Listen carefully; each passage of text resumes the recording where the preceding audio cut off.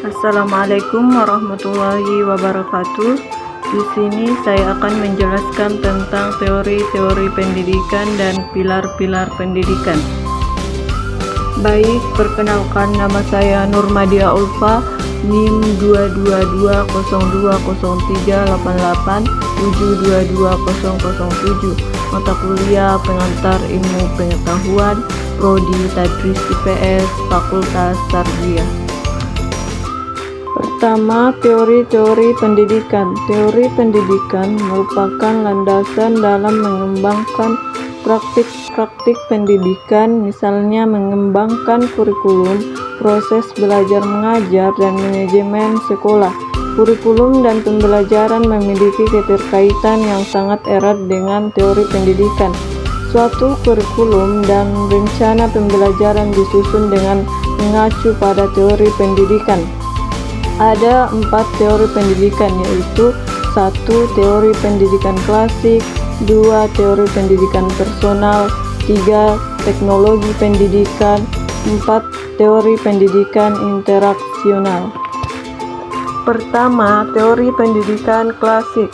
Teori pendidikan klasik berlandaskan pada filsafat klasik seperti perennialisme, esensialisme, dan eksistensialisme yang memandang bahwa pendidikan berfungsi sebagai upaya memelihara, mengawetkan, dan meneruskan warisan budaya. Teori pendidikan ini lebih menekankan peranan isi pendidikan daripada proses. Kedua, teori pendidikan personal. Teori pendidikan ini bertolak dari asumsi bahwa sejak dilahirkan anak telah memiliki potensi-potensi tertentu. Pendidikan harus dapat mengembangkan potensi-potensi yang dimiliki peserta didik dengan bertolak dari kebutuhan dan minat peserta didik. Dalam hal ini, peserta didik menjadi pelaku utama pendidik, sedangkan pendidik hanya menempati posisi kedua, yang lebih berperan sebagai pembimbing, pendorong, fasilitator, dan pelayanan peserta didik.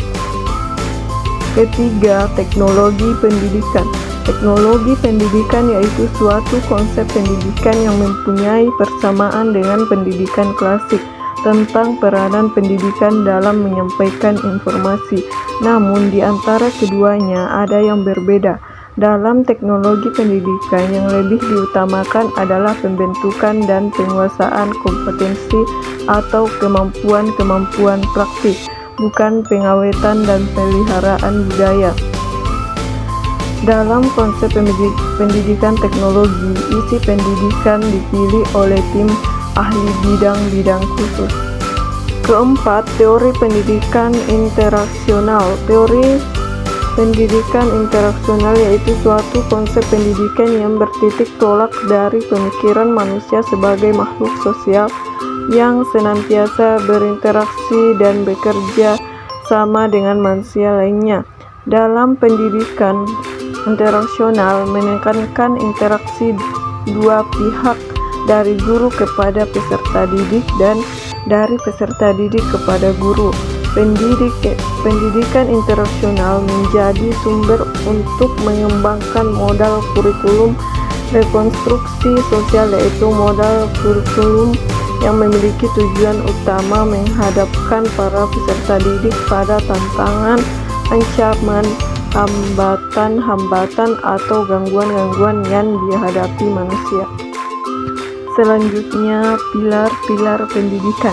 Ada 5 pilar pendidikan yang direkomendasikan UNESCO yang dapat digunakan sebagai prinsip pembelajaran yang bisa diterapkan di dunia pendidikan, yaitu 1. Learning to know.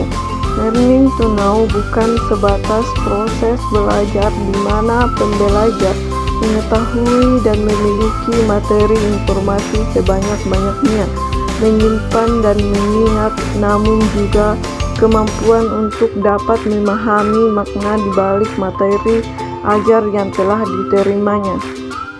2. Learning to do.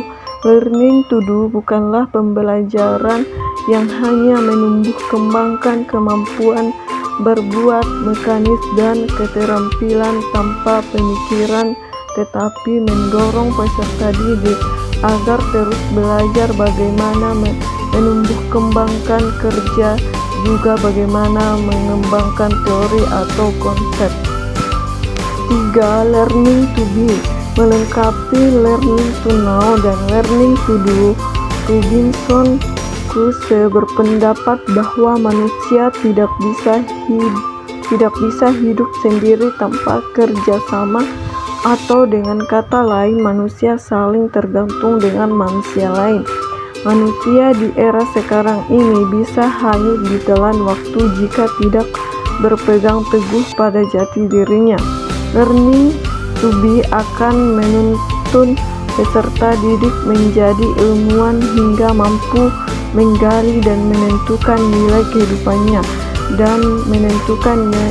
kehidupannya sendiri dalam hidup bermasyarakat sebagai hasil belajarnya. 4. Learning to live together. Learning to live together ini mengajarkan seseorang untuk hidup bermasyarakat dan menjadi manusia berpendidikan yang bermanfaat baik bagi diri sendiri dan masyarakatnya maupun bagi seluruh umat manusia.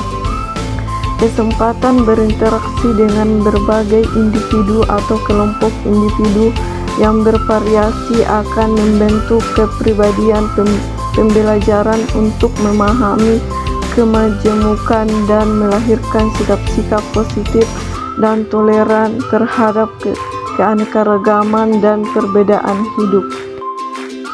5. Learning how to learn.